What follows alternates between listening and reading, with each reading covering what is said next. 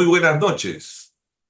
A nombre de la Superintendencia Nacional de los Registros Públicos, les damos la más cordial bienvenida a la presente capacitación denominada La compra-venta desde la perspectiva registral. Para un mejor desenvolvimiento de la capacitación, al finalizar la exposición, se abrirá el chat del Zoom para que puedan realizar sus preguntas. Para dar inicio al presente evento, presentamos a la doctora Petronila Elizabeth Collao Puquián. Ella es abogada, maestra en gestión pública, registradora pública de la zona registral número 9, sede Lima, especialista en derecho registral, notarial, civil patrimonial, con énfasis en saneamiento físico legal de inmuebles. Con amplia experiencia en gestión pública, se ha desempeñado como jefe zonal de la SUNAT. Adelante, doctora Petronila Collao, bienvenida, la ¿Cómo estás? escuchamos. Gracias. Buenas noches, José. Buenas noches a todo el auditorio presente en esta hora un poco complicada. Ya son las 8 de la noche, pero a pesar de ello, siempre felicitarlos por el gran esfuerzo que cada uno de ustedes realiza. Y bueno, para no alargar más este saludo, antes que nada agradecer a la Escuela de Capacitación, a la Subdirección de Capacitación y por ende también en nombre de nuestro Superintendente Nacional de los Registros Públicos, el doctor Armando Subauste, darles a todos ustedes una cordial bienvenida y esperemos que esta presentación sea de utilidad porque a través de estos espacios lo que se pretende y se busca es poder llegar a mayor número de personas y que a través de estas ideas que compartimos se les haga más sencillo el poder asistir a cualquier de nuestras entidades, ya sea de manera virtual o de manera física, a través de las diversas inquietudes que seguramente se van a ver aclaradas el día de hoy con mi presentación. Bueno, sin más preámbulo, permítame compartir, por favor, la exposición. Muy bien. Bueno, ahí se habíamos nosotros preocupado un poco enfocarlo desde el punto de vista registral, lo que contiene en sí la compraventa y tenemos que como preámbulo siempre debemos de enfocarnos desde el aspecto contractual, ¿no? Desde lo que son los tipos contractuales, porque es la base para poder desarrollar diferentes actos jurídicos o negocios jurídicos. Es así, pues, de que cuando nosotros vamos a hablar de qué cosa es un tipo contractual, básicamente lo que nosotros hacemos es poder tipificar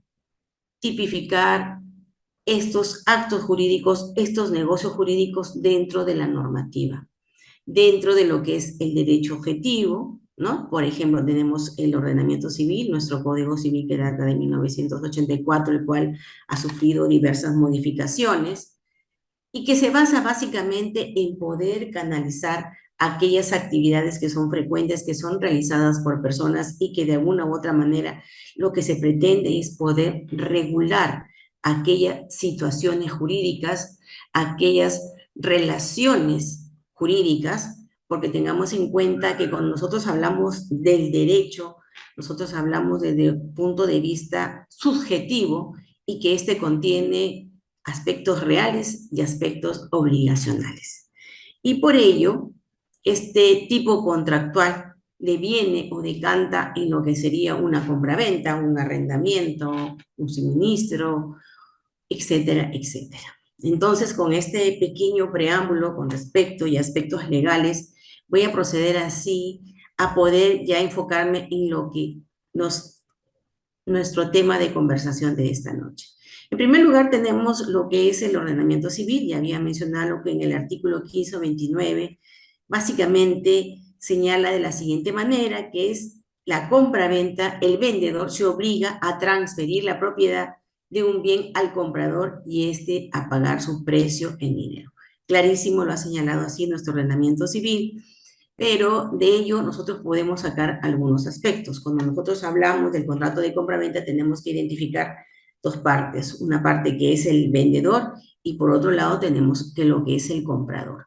Asimismo, vamos a tener un objeto o un bien o la cosa con respecto al cual se lleva a cabo este contrato de compra-venta En este caso, estoy señalando en esta diapositiva una propiedad, un inmueble, porque estos no solamente se circunscriben a lo que son los inmuebles, sino también a los que son muebles, ¿no? Por ejemplo, puede haber un avión, puede haber un automóvil, inclusive hasta un cuaderno o un libro nos hace a nosotros pensar de que estamos realizando actos de compraventa.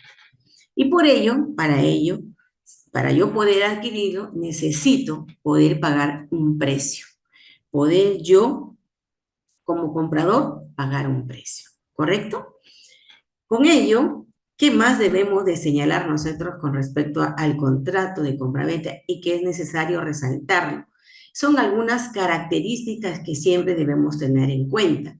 Por ejemplo, es un contrato típico porque dada a su naturaleza ya se encuentra establecido y se encuentra regulado en nuestro Código Civil, consensual porque viene y se da de una manifestación de voluntad entre las partes que se ponen de acuerdo para poder celebrar un acto de disposición respecto a un bien mueble o un bien inmueble. Es bilateral porque se circunscribe al acto bilateral de reciprocidad, de prestaciones, que en consecuencia, donde yo compro un inmueble y por él pago un inmueble, donde hay un acreedor en un momento de la posición de la relación, en este caso contractual, y por otro lado, el deudor, ¿no? El que paga y el que compra, ¿correcto? Asimismo, otra de las características que contiene el contrato de compra-venta es oneroso. Es oneroso porque por la adquisición de este inmueble lo que tengo que hacer es pagar un precio. Si no hubiera este pago, si no fuera oneroso, se convertiría en otro acto jurídico, como podríamos hablar de la permuta. Esto es una característica muy importante para nosotros poder señalar que se trata de un contrato de compra-venta.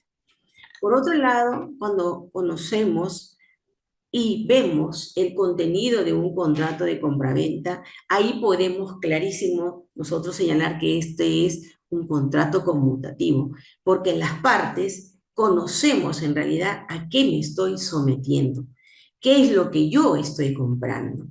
Pero también a su vez podemos decir que en algún momento determinado este contrato de compraventa puede también ser aleatorio en el sentido de que muchas veces va a estar supeditado a una situación posterior.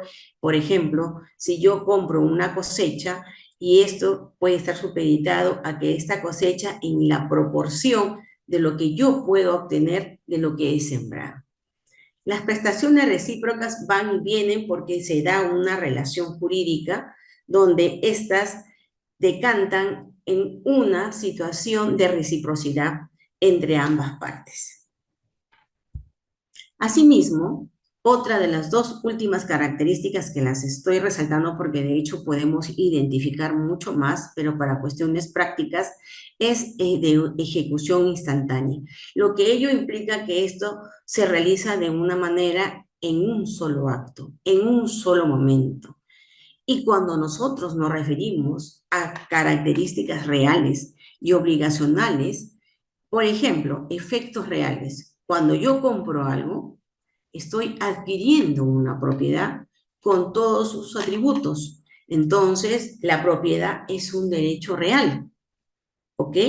Entonces, ahí podemos identificar que a través de esta adquisición, de esta compraventa, de este inmueble, yo veo ya que tengo un efecto real porque me convierto en propietario, lo que me da el derecho de usar, el derecho de disfrutar, el derecho de disponer, el derecho de reivindicar, que son atributos que tiene la propiedad. Y obligacionales porque definitivamente al momento de generarse esta relación donde identificamos un vendedor y un comprador, van a generarse obligaciones. Obligación de pagar el inmueble, que las voy a desarrollar más adelante, obligación de entregar el inmueble, etc. Entonces, debemos también señalar que existen elementos que contiene el acto de compraventa. Estos elementos que se han identificado son de tres tipos, que son los personales, los reales y los formales. Cuando nosotros hablamos de los elementos personales, es que en este contrato de compra-venta, todas las personas pueden desarrollar y que están dentro del marco del Código Civil, pero que además tienen que contar con capacidad para poder contratar. Debemos entender que existen algunas excepciones y que no me voy a detener porque será materia en otro momento quizás, por ejemplo, cuando se trata de un albacea para la ejecución de la disposición de un testamento, por ejemplo, a través del mandato, que son prohibiciones específicas. Entonces, todas las personas podemos celebrar contratos de compraventa siempre que existan algunas limitaciones debidamente establecidas. Cuando nosotros nos referimos a los elementos reales, tenemos que tener en cuenta que debemos identificar dos cosas. La cosa, valga la redundancia, y el precio. Cuando nosotros nos referimos a la cosa, esto pueden ser corporales o incorporales, porque yo puedo comprar corporales aquello que está atento a lo que mis sentidos pueden percibir, que yo puedo ver. Por ejemplo, mi celular. Es algo corporal, yo lo puedo ver, lo puedo tocar, ¿correcto? Me voy a un departamento que están vendiendo, ingreso al departamento, identifico los sentidos, están presentes, puedo observar cómo está distribuido, los ambientes, la cocina, la sala, me puedo comprar un penthouse que tiene piscina, que tiene cochera, no tiene cochera, depósitos, etcétera, son corporales. Cuando nosotros hablamos de la cosa que tiene una naturaleza incorporal, es que estamos hablando de derechos. O podemos hablar, por ejemplo, si nosotros hablamos de derechos, ahora que está en boga mucho el hecho de realizar transferencias utilizando los medios electrónicos, por ejemplo, y me suscribo a una página web, son incorporales, no lo puedo ver, ¿no? O derechos, como por ejemplo de una concesión, ¿no? Así que tenemos, por otro lado, también que otro aspecto de la cosa, que sea real, porque esto es y demanda por parte del comprador que yo realmente lo que estoy vendiendo es lo que se puede identificar. Que si, por ejemplo, yo digo que estoy vendiendo la parcela con unidad catastral 109530, efectivamente reúna los elementos necesarios para yo poder tener esa tranquilidad de que realmente lo que yo estoy adquiriendo existe, ¿no? Y que también esto tiene que ser posible. ¿Por qué? Porque, por ejemplo, yo no podría decir que voy a comprar o voy a vender la luna o voy a vender un rayo de sol, porque eso definitivamente no sería posible, ¿no? Por otro lado, que este sea lícito. Cuando hablamos de licitud, estamos también pensando que lo permite nuestro ordenamiento civil. Por ejemplo, yo no podría decir que voy a comprar, a ver, qué se me ocurre? Un acto ilícito que va contra todo ordenamiento, por ejemplo, que voy a vender algo de dominio público, por ejemplo, que es ilegal. Por ejemplo, hace mucho tiempo, recordaremos los pantanos de Villa, que si bien es cierto, hubo ahí una adquisición, pero se entendió de que esto era un hábitat para las aves. En consecuencia, eso devino en que posteriormente el comprador tuviera que irse de esta situación. Por otro lado, también eso tiene que ser determinado.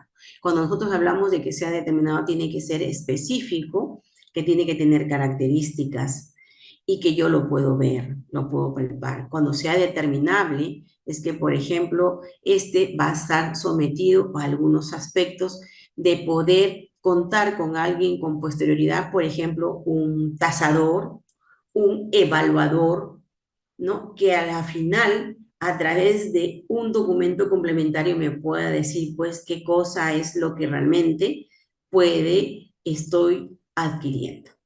Por otro lado, este elemento real, cuando nosotros hablamos ya del precio, Cuando hablamos del precio también tenemos que tener en cuenta cuatro aspectos, que debe ser en dinero. Nuestro ordenamiento civil nos señala que la compra-venta tiene que ser en dinero, tiene que ser pagado con dinero y de acuerdo a lo que dice, pues, el concepto de dinero es aquel que circula, ¿correcto? Por otro lado, también el dinero, el precio tiene que ser determinado. Si cuando nosotros hablamos de determinado es que yo estoy estableciendo una cantidad específica para poder adquirir o para poder comprar un inmueble. En este caso me estoy refiriendo básicamente en mi exposición en todo lo que concierne a la propiedad inmueble.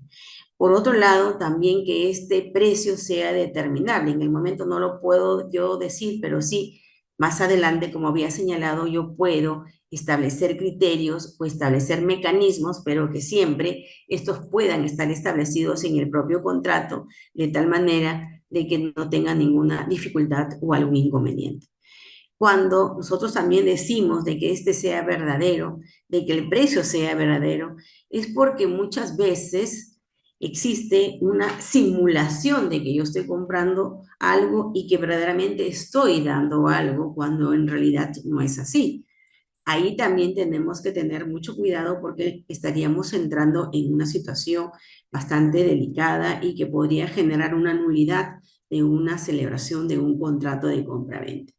Y también un aspecto que también he considerado señalar, uno de los elementos reales del precio es que este debe ser serio.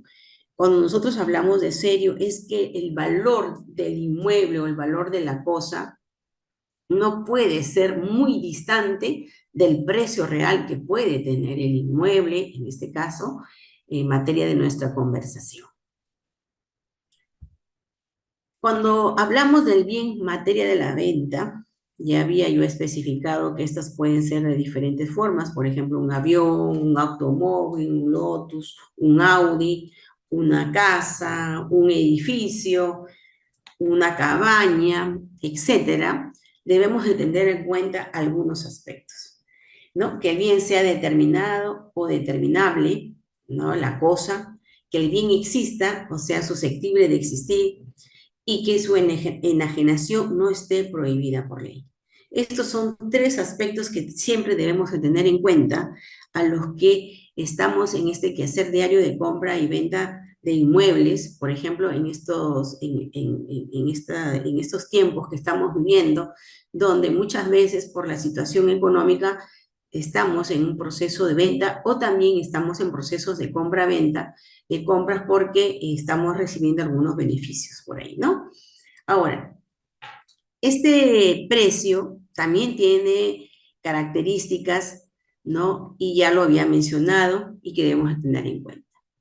Y aquí estoy compartiendo, no sé si me confirma Josecito, de que estoy compartiendo un ejemplo de una forma de pago que justamente me tocó calificar solamente para poder ilustrar y abundar un poco en los conceptos, ¿no? En este caso, si ustedes pueden apreciar, no sé si se está leyendo, se puede apreciar, ahí se ha establecido que el precio de pago es de $875,000, ¿no? Y yo estoy diciendo que siempre tiene que ser en dinero. ¿Qué pasa? Que en este ejemplo que estoy compartiendo, a la vez están señalando que de estos $875,000, básicamente lo que están haciendo es de que $520,000 van a pagar en dinero, en efectivo. Y por otro lado, la diferencia de 300 y pico mil de soles lo van a pagar a través de la dación que les está dando, ¿no? De unos inmuebles por el saldo del precio. También están pagando a través de un departamento, un estacionamiento y también un depósito. Cada uno de ellos debidamente valorizado. ¿Y por qué no pierde esa naturaleza que yo estoy mencionando de que el precio tiene que ser pagado en dinero? Porque cuando nosotros hacemos este tipo de evaluación y hacemos todo el análisis jurídico, debemos de tener en cuenta que debe de predominar que el pago sea en efectivo, porque de lo contrario se desnaturaliza el acto jurídico de compra-venta y ya se convertiría en otra cosa, ¿correcto? Por eso es que he traído este ejemplo para poder compartirlos con ustedes y puedan tenerlo presente.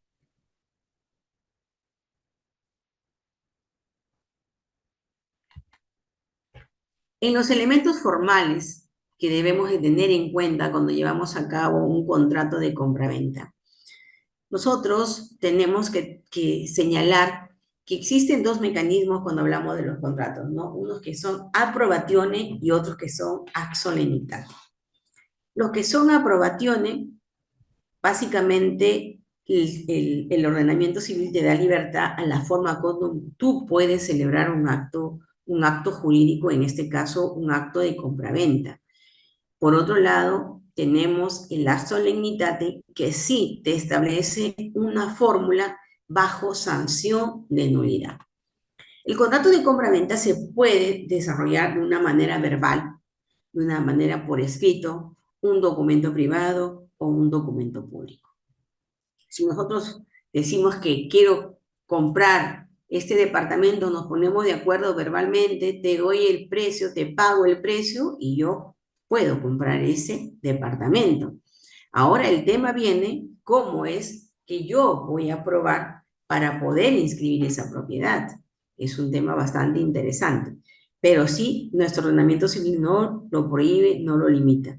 El tema es cómo hago para que al final, ya sea esta por escrito, a través de una minuta, como un documento privado, un documento público, que sería la escritura pública, lo que se pretende es al final la prueba, y lo que se pretende cuando yo inscribo un contrato de compra-venta es que yo pueda publicitarlo, ¿no? Y que mi derecho de propiedad adquirido con esta compra-venta puede ser y tener efectos frente a terceros, como es la oponibilidad.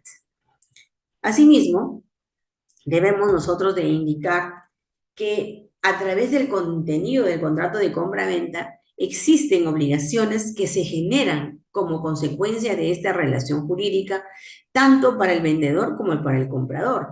Es así que para el vendedor, en primer lugar, lo que tenemos que destacar es que al momento de vender, tengo que conservar y custodiar el bien hasta que yo realice la entrega a quien me ha comprado, a quien ha adquirido la propiedad. Es una de las obligaciones que tiene el vendedor. Una segunda obligación que tiene el vendedor, ya una vez que se ha pagado el precio, es entregar el bien a quien lo compró, a quien lo adquirió. Por otro lado, tenemos también que es necesario que nosotros, como compradores, me estoy colocando en esta posición, es de poder pedirle al vendedor todos aquellos documentos, todo aquel acervo documental que genere como antecedente esta adquisición de esta propiedad, que a mí me va a permitir tenerlo como una manera de antecedente y también para poder yo saber todo el historial que ha traído consigo estas adquisiciones. Y lógicamente, ya cuando se inscribe en el registro, tenemos pues, por un lado lo que son los títulos archivados como consecuencia de la inscripción. Ahora, cuando nosotros hablamos de las garantías de saneamiento y uno adquiere una propiedad, siempre tenemos que tener en cuenta de que hay dos situaciones que se presentan. Por un lado, tenemos lo que son el saneamiento por vicios ocultos y por otro lado tenemos el saneamiento por evicción. Son dos figuras jurídicas que permiten que las personas, en este caso, puedan tener la oportunidad de poder recuperar en cierta medida lo que yo puedo haber pagado o también que se me resirza el daño que se me ha generado por haber comprado algo que, por ejemplo, si había vicios ocultos, al momento que lo compré no se pudieron identificar, no se pudieron detectar, pero que con posterioridad esto genera de que yo me vea afectada como adquiriente, como compradora. Entonces, lo que yo puedo exigir, por ejemplo, es que pida una reducción del precio de la compra-venta, ¿no? O que se me repare el bien que yo he adquirido. Por otro lado, también debemos de señalar que existen obligaciones por parte del comprador. En primer lugar, es pagar el precio del bien. En segundo lugar, está obligado a recibir lo que él ha comprado, ¿no? Y estos son dos aspectos fundamentales que debemos de señalar. ¿Cuáles son esos pactos que pueden entregar en la compra-venta? Había señalado que existen dos pactos, el pacto de reserva de propiedad y el pacto de retroventa. Para una mayor ilustración, he considerado compartir con ustedes algunas compraventas que he traído para esta exposición, pero antes que nada vamos a hacer una pequeña diferenciación entre una y otra. Por un lado, la reserva de propiedad, que se encuentra regulada en el Código Civil en el artículo 1583, el vendedor se reserva la propiedad hasta que se haya pagado todo el precio o la parte determinada que haya quedado como saldo del contrato de compraventa. Por otro lado, tenemos la retroventa en sí, que se encuentra regulado en el artículo 1586, perdón, es que el vendedor adquiere el derecho de resolver unilateralmente el contrato sin necesidad de acudir a la vía judicial, siempre que lo haya establecido.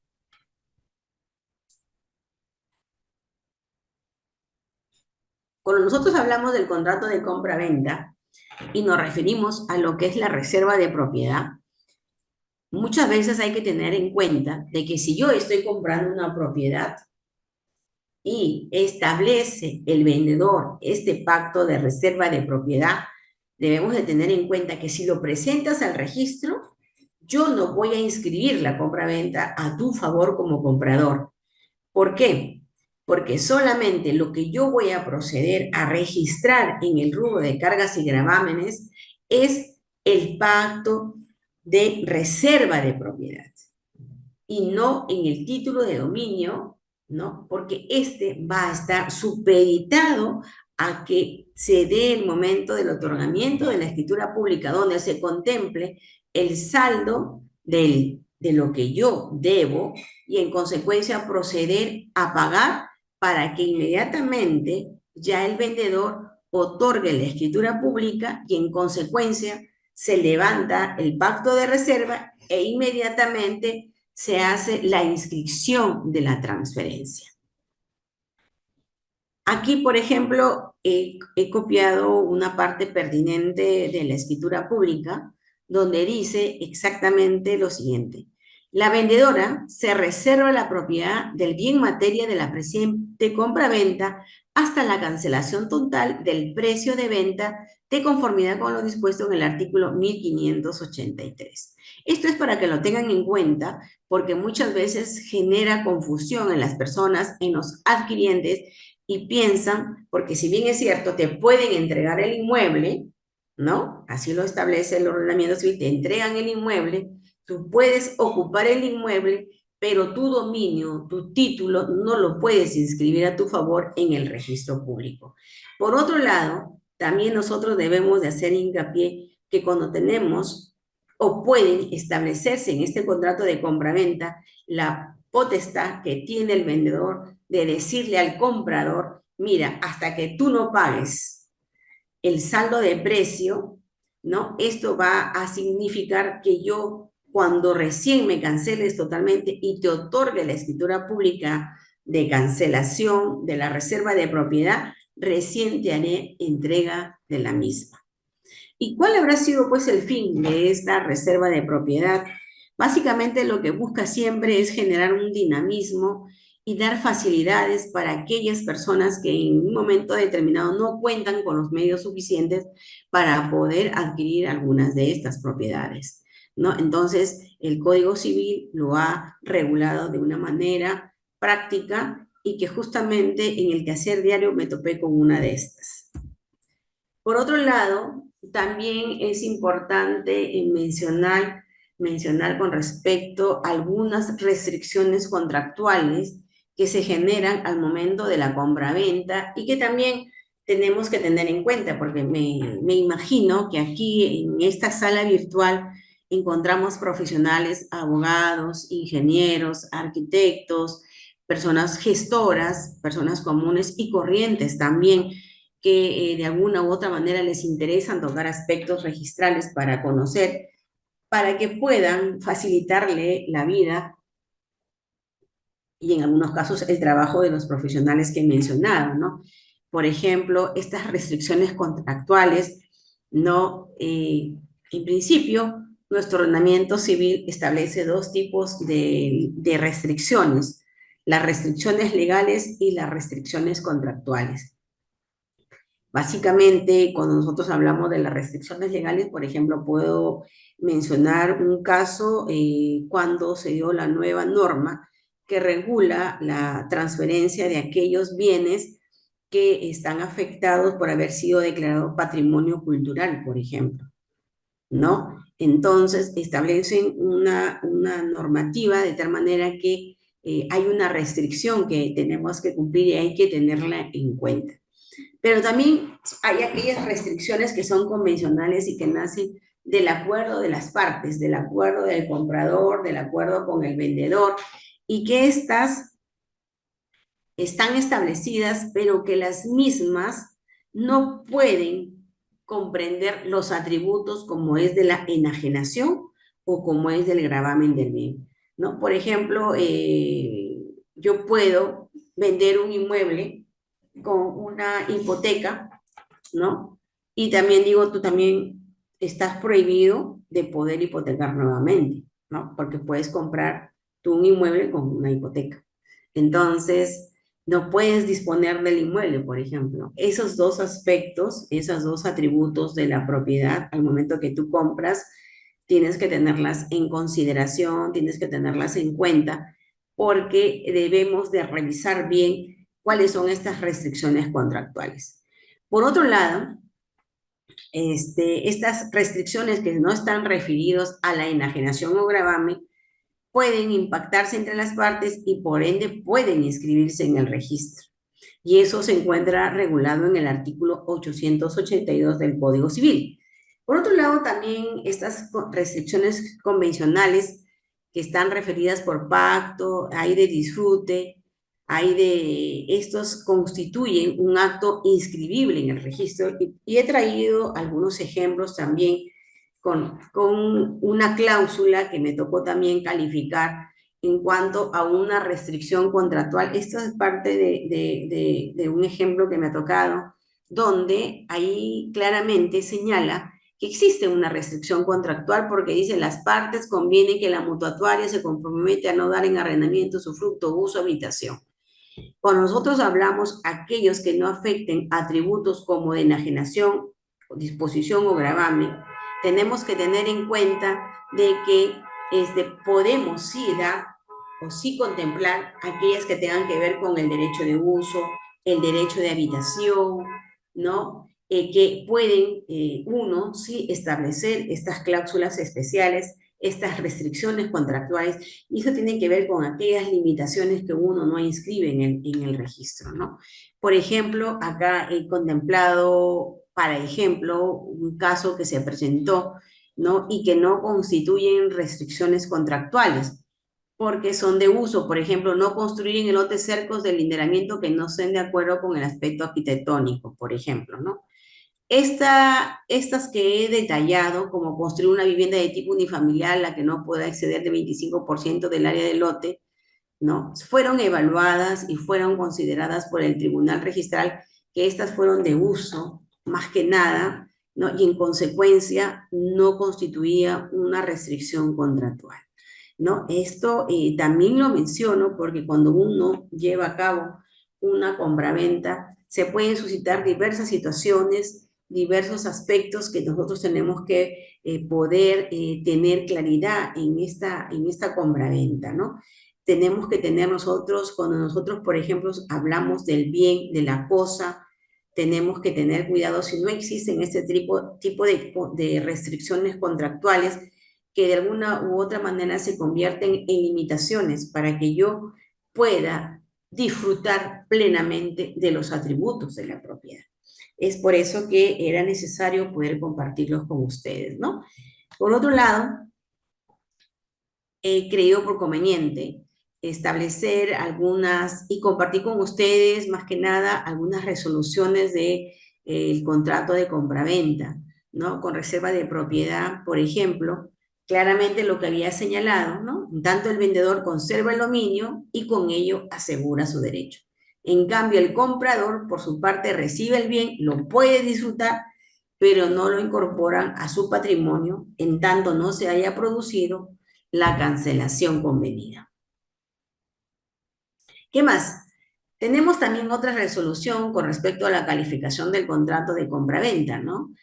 Y señala que se inscribe consignando el precio cuando así las partes lo han manifestado en la escritura sin requerir la forma de pago. Siempre y cuando se deje constancia en esta escritura de compraventa, se tiene por aceptado y no tendríamos nosotros por qué cuestionarlo. La cancelación del precio de venta, ¿no? Dice, no es necesario juntar resolución judicial aclaratoria si de los propios documentos adjuntados al título se puede determinar que el órgano jurisdiccional valoró la cancelación total del precio de venta. Porque también recordemos que cuando se lleva a cabo un contrato de compra-venta y no se otorgó en la escritura pública, uno puede solicitar en la vía jurisdiccional el otorgamiento de la escritura pública, donde el juez, quien es el que funge en representación del vendedor, quien es el que otorga y celebra el contrato de compraventa en la escritura pública, ¿no? Por otro lado, tenemos la resolución de transferencia de alicuota, ¿no? En este caso, es muy válida poder yo vender una alicuota y quiero en esto detener un momento porque se me vino a la mente el pacto de retroventa, ¿no? Cuando nosotros hablamos de alicuota es que debemos de imaginarnos que estamos frente a un inmueble donde existe una comunidad de propietarios, hay una copropiedad y dentro de esta copropiedad, cada uno de ellos tiene participación respecto a una alicuota, que es un derecho que mientras no se haya desarrollado o llevado a cabo la división y partición, esta se mantiene como tal, ¿no? Y son cuotas. En consecuencia, cuando nosotros hablamos del derecho de retracto en la copropiedad, debemos de tener presente siempre, por eso, si ustedes están en calidad de asesores o van a comprar alguna alicuota de una propiedad, tengan en cuenta de que podrían aplicar el derecho de retracto, que significa sencillamente la potestad que tiene el propietario de una alicuota de ser él el que debería de concurrir en vez de un tercero, ¿no? En un bien inmueble indiviso, ¿no? Que él debería de concurrir primero antes que un externo, antes que de afuera, él tendría que poder tener esa oportunidad de poder comprar en primer orden esa alicuota, él como copropietario, y esto es lo que es el derecho de retracto, ¿correcto? Espero que con las preguntas podamos aclarar algunas cositas. Por otro lado, la fecha de transferencia considerada en sede registral, bueno, básicamente es el instrumento público, ¿no? Donde interviene, pues, el notario, donde funcionario es el que da la fe de que este negocio se ha celebrado, de que efectivamente se ha concretizado y que para los efectos registrales la fecha cierta del contrato de compra-venta es la consigna de las partes en la minuta, sino la fecha que contrato a la fe de su realización, o sea, la fecha de la escritura pública. Por eso hablábamos hace un momento de la escritura pública de documento privado, minuta, firmada ante un abogado, ¿no? Etcétera. Otra resolución del contrato de compra-venta, que esta transferencia sea realizada antes de que el vendedor sea sometido a concurso, conforme a la ley. Bueno, esto es un caso excepcional en un convenio de liquidación, cuando hay liquidador que hay el derecho concursal que tiene una naturaleza especial. Por ejemplo, también tenemos acá la compraventa con aporte reglamentario, ¿no?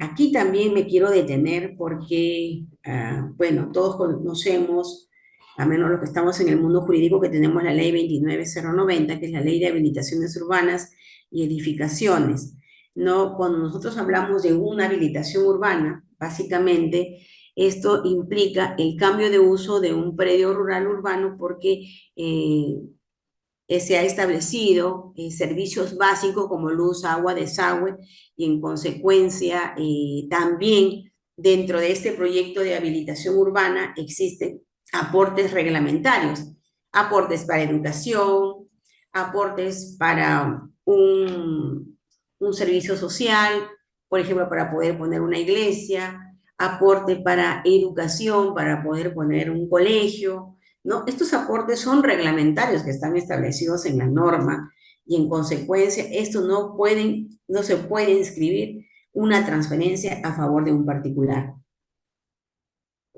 ¿no? Porque recordemos que tenemos propiedades que son de dominio público y son bienes de dominio privado, ¿no? Y cuando se trata de esta naturaleza, de estos tipos de aportes reglamentarios, por favor, ténganlo en cuenta, ¿no? Y vemos que extrarregistralmente se han identificado, por ejemplo, yendo un poquito más allá, cuando se trata de aquellos reglamentos internos, ¿no?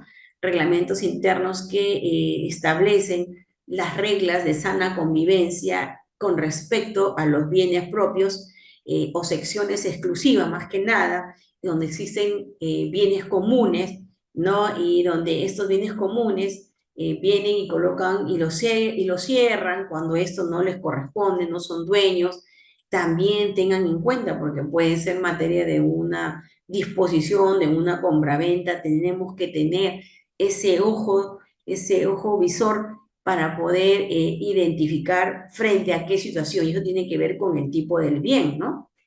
No podemos nosotros, pues,